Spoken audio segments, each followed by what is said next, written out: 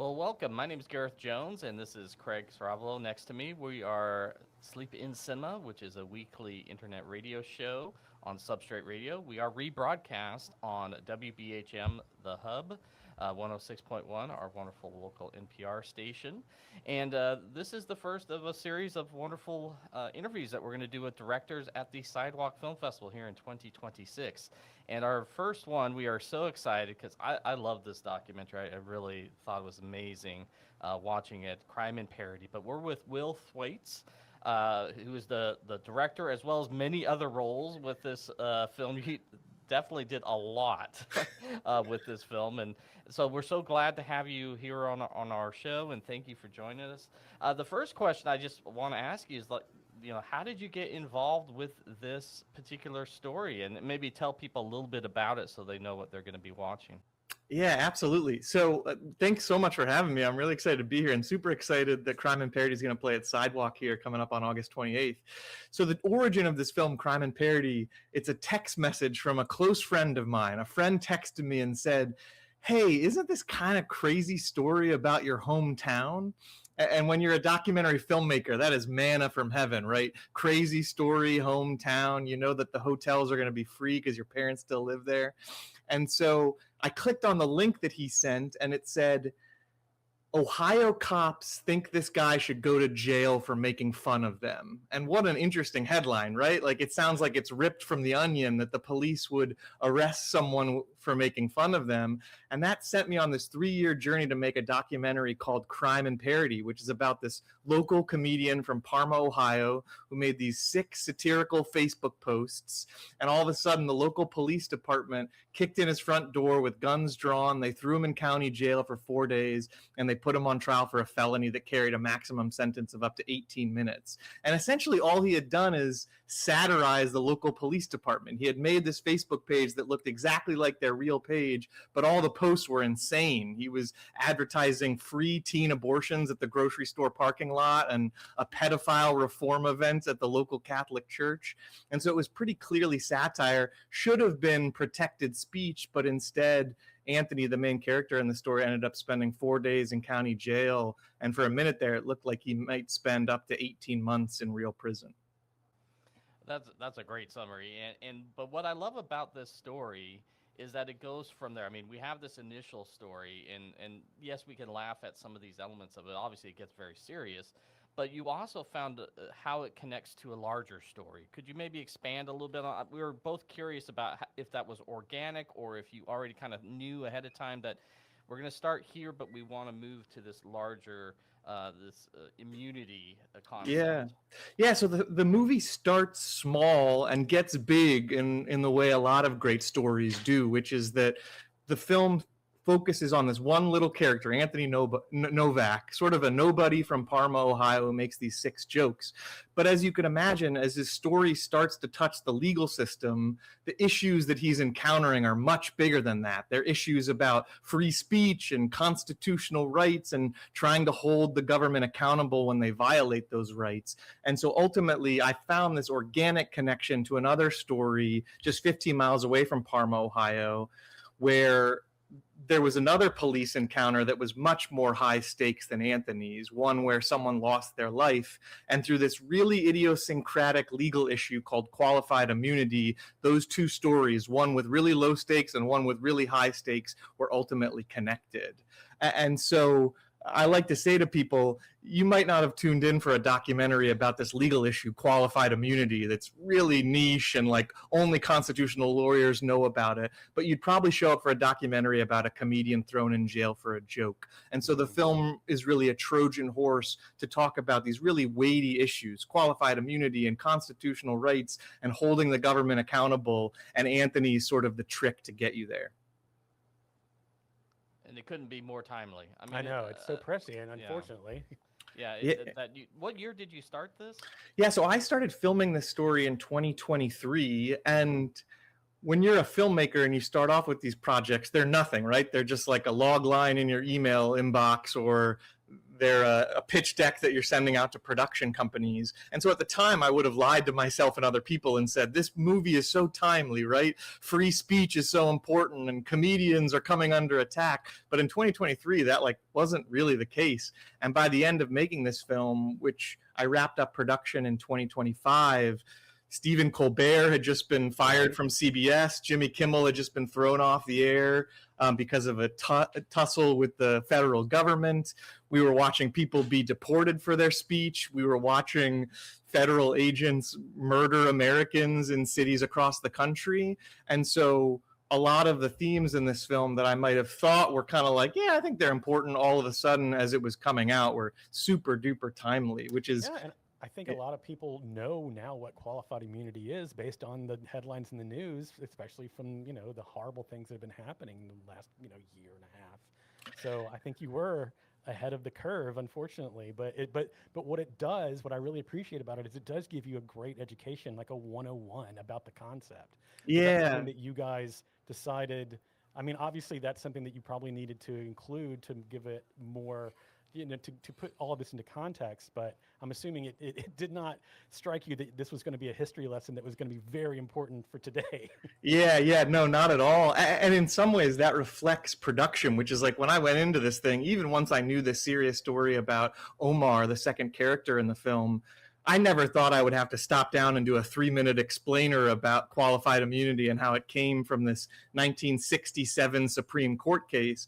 But as a filmmaker, you're always looking for stories. You're looking for the little stories inside of big stories. And so when I realized that qualified immunity was going to play a big role in this film, then I realized, like, well, what's the story of qualified immunity? Where does it come from? And it has characters in the same way a great story would, which is it's got this group of Black and white ministers in the South in Jackson, Mississippi, during the Freedom Rides era in the early 1960s.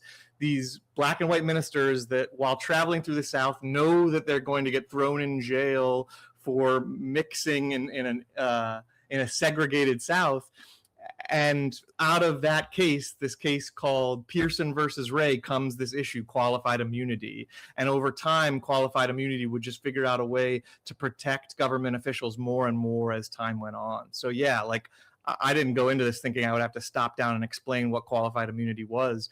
But once you get into the storytelling, it's kind of interesting and it's fun and it's got great archival footage and it feels weirdly important now today, like a random Supreme Court case from 1967 that would shape the way that we engage with government officials all the way through today. And I really think that will connect with local audiences here in Birmingham, Alabama. A lot of connections there. I mean, it's, again, sadly, very, very pertinent for what's happening here in the South, again, with voting rights and all these sorts of things. I was just curious, one other quick question, I'm going to let Craig ask a question here too, is about the involvement of The Onion. And I've been following, I'm sure you have, the whole takeover with InfoWars. Yeah. And again, like, I mean, where Onion was when you probably started this with where The Onion is now, how they've really become front and center with Tim Heidecker, how important they were to your story. And so what was that like to get them involved? Yeah. So The Onion does play a role in the story. When Anthony, the main character in the film, appeals his civil lawsuit all the way up to the U.S. Supreme Court, The Onion swoops in and comes to his aid and does this thing called write an amicus brief, which is basically a letter of recommendation saying, we care about this case. This case matters. And so that would have happened at the end of 2022, right about the time that I was picking up the story. And you know what? Mike Gillis, who's the head writer of The Onion in the film and still the head writer of The Onion today, was very sweet. Like, he was the second person I emailed in all of this. It was Anthony Novak and then Mike Gillis. And he took my email right away and said, like, yeah, come on down to Chicago. Come interview me about this thing that really mattered. And I might have caught him at the right time. Like you say, like, The Onion is in the headlines over and over and over again these days. And so Mike might not have taken my email if I was firing it off today, but fortunately he was able to let me into his world and into the world of The Onion. And as you can see in the news that comes out about The Onion, they're at the top of their game right now. Like, they're constantly figuring out ways to poke fun at the most powerful people in the country in really clever, smart ways. And Anthony did his own little miniature version of that. And so, yeah, like, Anthony isn't churning out the quantity and quality of political satire that The Onion is, but there's a connection there, and The Onion was really excited to support him and support the film when I did reach out. That's awesome. Yeah, R.I.P. Tim Heidecker. I don't know if you've been watching Yeah, the latest episode. Anyway, but this takes place in Parma, Ohio, right? Yeah. And you're from? I am from Parma, yeah. I love when you frame a little town as as a character, which is fun for Parma. And I love that the intro kind of gives you, with the pink flamingos, which, who knows. How is it coming? Had you been there before in a while? How is it coming back and doing this as a filmmaker as opposed to hometown hero? Yeah. I mean, so my parents still live in Parma, again, which made it easy to go home and make this movie every couple of months for a couple of years. And I sort of always knew Parma was quirky. I kind of understood from a relatively young age that we were like this boring suburb, the way that most suburbs are outside of big cities. Cleveland is the closest big city to Parma. But because we were like thoroughly middle class, working class, it had more quirks than like a rich suburb might have. And so like it's a city that's obsessed with these pink flamingos. What is it? One of the jokes early on in the film is from a comedian actually named Joe Briggs. He sort of says like, the typical person in Parma has been blocked on a dating app before. and that felt very quintessential Parma to me. Like I sort of knew that it was a silly place growing up because it wasn't super rich, it wasn't super poor, and it found itself in this weird middle that kind of gave it a lot of character. There's definitely a Parma for Birmingham. Oh, sure. Yeah, I was going to say you'll find that when you come down here. You might feel Parma-esque. I love that.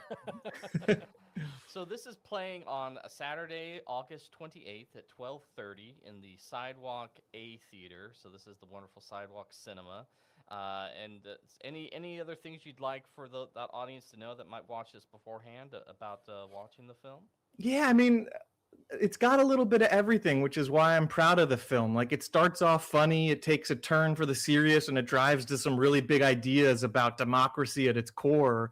And so my hope is that those three things really resonate with people. I think in showing the film at festivals across the country so far, Big Sky in Montana and Woods Hole in Massachusetts and River Run in North Carolina, the thing that I'm finding is that everyone from young people to old people really respond to the film. Sometimes like film festival crowds skew a little bit older. And as a filmmaker, when I'm sitting there watching people file in, seeing 60-year-olds with their hair graying, it's like, oh no, are they going to like that pedophile joke 45 seconds into this movie?